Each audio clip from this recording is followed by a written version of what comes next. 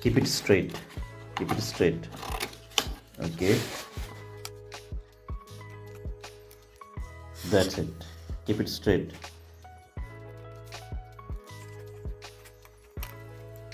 Carefully, yes, lift it up. You can use scissors also there. Yes, yes.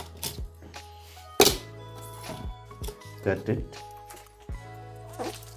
So overall, so this shape is going to come like this. So this is one part. So now you have to cut this. Yes, sir. Yes. So this is working as template, right? Yes. Slowly, slowly. Take it down till this point. That's it. That's it. Now start from this. We'll have to take this also. Yes. Slowly.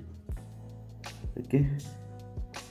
So that you could cut this. Okay. So this last one is also done. Yes, sir. Yes. Now you can cut this template.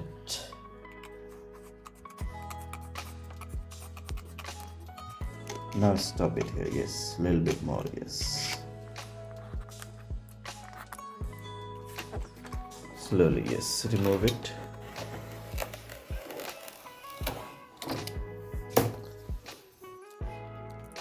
Yes. Cut it.